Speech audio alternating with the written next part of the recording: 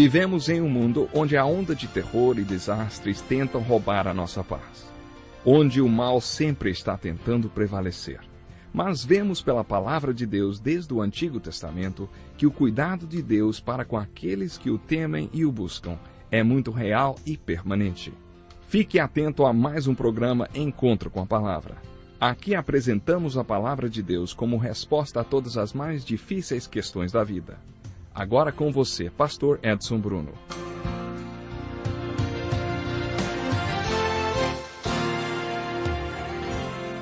Olá a todos vocês, sejam bem-vindos para mais um Encontro com a Palavra. Que alegria podermos estudar juntos mais uma porção da Bíblia Sagrada, a Palavra de Deus. Você já pegou a sua Bíblia? Então abra no capítulo 9, estamos estudando o capítulo 9 de João. O texto do estudo de hoje começa no versículo 13.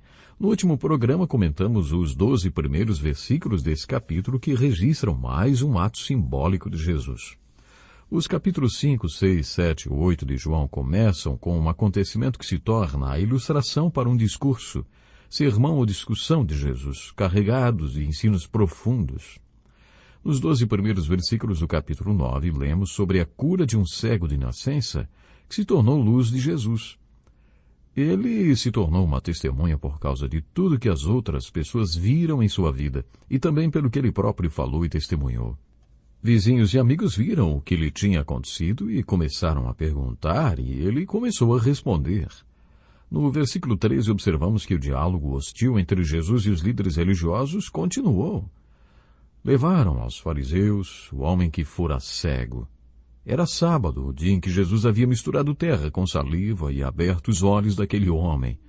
Então os fariseus também lhe perguntaram como ele recuperara a vista. O homem respondeu: ele colocou uma mistura de terra e saliva em meus olhos, eu me lavei e agora vejo. Alguns dos fariseus disseram: esse homem não é de Deus, pois não guarda o sábado. Mas outros perguntavam: como pode um pecador fazer tais sinais miraculosos? E houve divisão entre eles. Tornaram, pois, a perguntar ao cego: que diz você a respeito dele? Foram seus olhos que ele abriu? O homem respondeu: ele é um profeta. Os judeus não acreditaram que ele fora cego e havia sido curado enquanto não mandaram buscar os seus pais. Então perguntaram: é esse o seu filho, o qual vocês dizem que nasceu cego? Como ele pode ver agora? Responderam os pais: sabemos que ele é nosso filho e que nasceu cego, mas não sabemos como ele pode ver agora ou quem lhe abriu os olhos. Perguntem a ele: idade ele tem? Falará por si mesmo. E o que o homem falou é realmente muito interessante. O homem simplesmente diz: olha, de uma coisa eu sei, eu era cego e agora vejo. Mais uma vez, Jesus realizou uma cura estratégica. Vocês devem estar lembrados de que a cura de um homem junto ao poço de Betesda, relatada no capítulo 5 de João, foi o pivô para uma discussão entre Jesus e os líderes religiosos, descrita nos capítulos 5, 6, 7 e 8. Por causa da cura desse cego de nascença, muita gente também convergiu para Jesus porque a explicação para tão grande acontecimento só podia estar nele. Mais uma vez, Jesus infringiu a lei, curando um homem num sábado. Ele misturou terra com sua saliva, aplicou nos olhos do homem e ele disse que fosse se lavar nas águas do tanque de Siloé para que recebesse a visão. E mais uma vez, a dureza dos fariseus me espanta, sabe? Vocês estão lembrados de que no capítulo 5, pareceu que eles não se importavam nem um pouco que um homem inválido por 38 anos ficasse junto ao tanque de Betesda, provavelmente acreditando em uma superstição que nunca o ajudaria. Eles não pareciam se importar com as necessidades daquele homem, nem se impressionaram com o fato de que ele estivesse andando. A única coisa que eles viam é que ele estava quebrando a lei, carregando sua cama num sábado. É difícil entender como alguém pode ser legalista a esse ponto de não se alegrar nem um pouquinho ao ver um homem que era inválido por 38 anos curado. Eles só se preocuparam ter o fato do homem estar carregando a sua cama num sábado. Que coisa tremenda! Eles não passavam a lei pelo prisma do amor antes de aplicá-la na vida do povo. A lei para eles não tinha amor, não tinha vida, era a lei e pronto. Parece que isso se repetiu com este homem curado de cegueira. Como já dissemos, o Velho Testamento não relata nenhum caso de cura de cegueira, enquanto no Novo Testamento há mais relatos de cura de cegueira do que qualquer outro tipo. Isso é o cumprimento da profecia messiânica, como a de Isaías, que diz que quando o Messias viesse, os olhos dos cegos seriam abertos e os ouvidos dos surdos seriam destampados. Esse milagre do capítulo 9 de João é uma prova de que Jesus é o Messias. Temos neste capítulo o relato de um milagre especial e a manifestação da dureza dos líderes religiosos. Eles não pensaram na alegria do homem que tinha recebido a visão. Eles não ficaram impressionados com isso. A única preocupação deles era que a lei do sábado tinha sido transgredida. Podemos perceber no versículo 16 que enquanto as pessoas estavam discutindo o que tinha acontecido, os fariseus estavam dizendo que o homem que tinha feito aquele milagre não deveria ser de Deus, porque não tinha observado a lei do sábado. Mas alguém do povo perguntou: mas pode um pecador fazer tais sinais miraculosos? Com isso, mais uma vez, eles ficaram divididos. Neste versículo lemos uma palavra muito importante: sinais miraculosos. Detesto parecer um disco quebrado, sabe aquele disco quebrado repetindo sempre as mesmas coisas? Acontece também com o CD, né? Muita gente pensou que não aconteceria mais, somente com aqueles long plays, o LP, mas acontece também com esse disco que às vezes passa a repetir. Então, mas eu gostaria de lembrá-lo que o propósito de João ao escrever este evangelho foi relatar os sinais de Jesus para que sejamos convencidos de que Jesus é o Cristo, o Messias, o Filho de Deus. Ele quer que creiamos para que tenhamos a vida eterna. Foi por isso que ele relatou todos esses sinais miraculosos sobre os quais lemos neste evangelho. Estes sinais são particularmente importantes se crermos que as profecias messiânicas do Velho Testamento falaram a respeito do Messias que abriria os olhos dos cegos. Percebemos que a argumentação básica de João permeia todo este evangelho.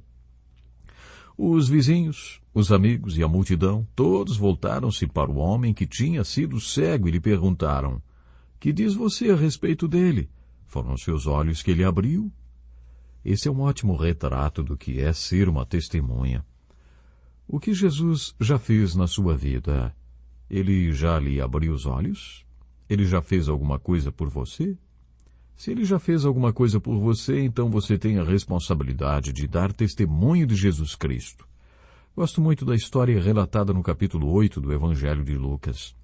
Havia um homem que vivia entre os túmulos e tinha uma vida miserável. Ele era um homem possesso por demônios. Hoje ele seria classificado como deficiente mental, mas a Bíblia se referiu a ele como possesso. Todos daquela região já conheciam a história daquele homem. Não sabemos exatamente o que Jesus fez, mas o fato é que aquele homem foi encontrado aos pés de Jesus, totalmente curado de dentro para fora e em perfeito juízo. Depois desse episódio, quando Jesus estava indo embora, aquele homem quis de qualquer jeito ir com ele, mas o Senhor lhe disse: volte para casa e conte quanto Deus lhe fez. As pessoas se impressionaram com a história da cura deste homem possesso.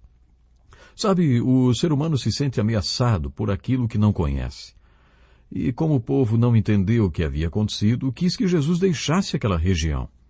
Mas depois que o homem foi para casa e mostrou o que Deus tinha feito na sua vida, todos se sentiram impactados com o seu testemunho e, como resultado, quando Jesus voltou para aquela região, todos o receberam muito bem.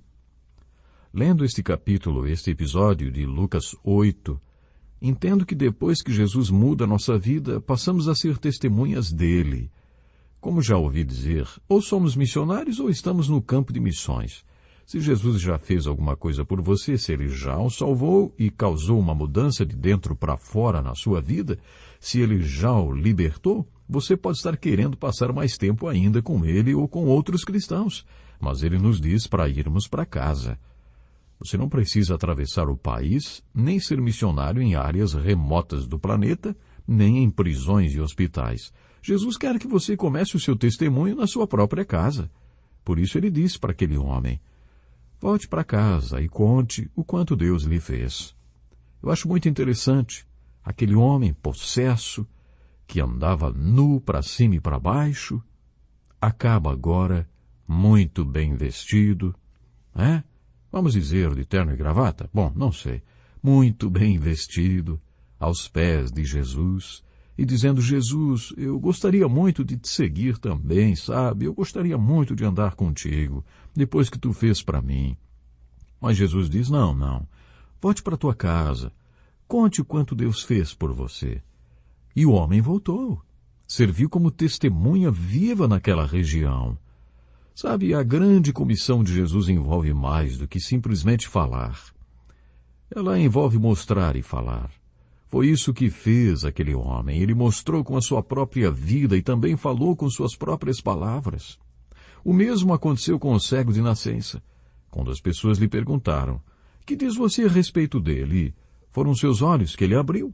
O ex-cego respondeu: ele é um profeta. Os judeus líderes religiosos não acreditaram que ele tivesse sido cego antes e que tinha sido curado.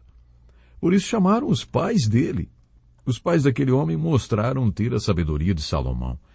Eles sabiam que os líderes religiosos estavam excomungando da sinagoga qualquer um que confessasse que Jesus é o Cristo, e por isso foram muito, muito cuidadosos mesmo. Quando lhes perguntaram se aquele era o filho deles e se ele tinha nascido cego, eles responderam: olha, sabemos que ele é nosso filho e que nasceu cego, mas não sabemos como ele pode ver agora ou quem lhe abriu os olhos. Perguntem a ele, idade ele tem, falará por si mesmo. O texto continua contando.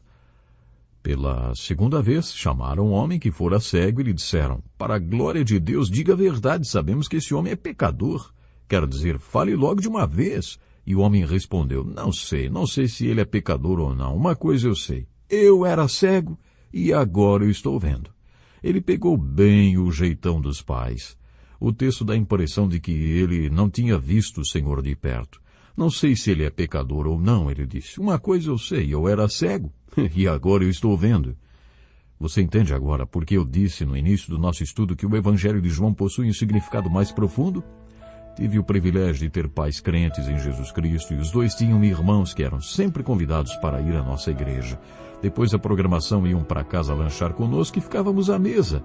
Meus pais davam o testemunho deles para meus irmãos e irmãs. Eu era criança, mas me lembro das conversas que eles tinham. Meus pais não eram pessoas muito instruídas, mas me lembro de papai dizer sempre assim: vou dizer uma coisa para vocês, eu era cego e agora vejo, eu tive uma experiência com Cristo. E você também tem prazer em testemunhar? Deus lhe abençoe. Até o próximo programa. Que lição importantíssima. Obrigado, pastor Edson Bruno. Prezado ouvinte, coloque em prática o que você ouviu aqui. Sem dúvida, sua vida será grandemente abençoada. Este é um estudo escrito pelo Dr. Dick Woodward, na voz do pastor Edson Bruno. Escreva-nos e solicite o material. Nosso endereço é Encontro com a Palavra, Caixa Postal 2011, CEP 89201-970, Joinville, Santa Catarina. Até o nosso próximo Encontro com a Palavra.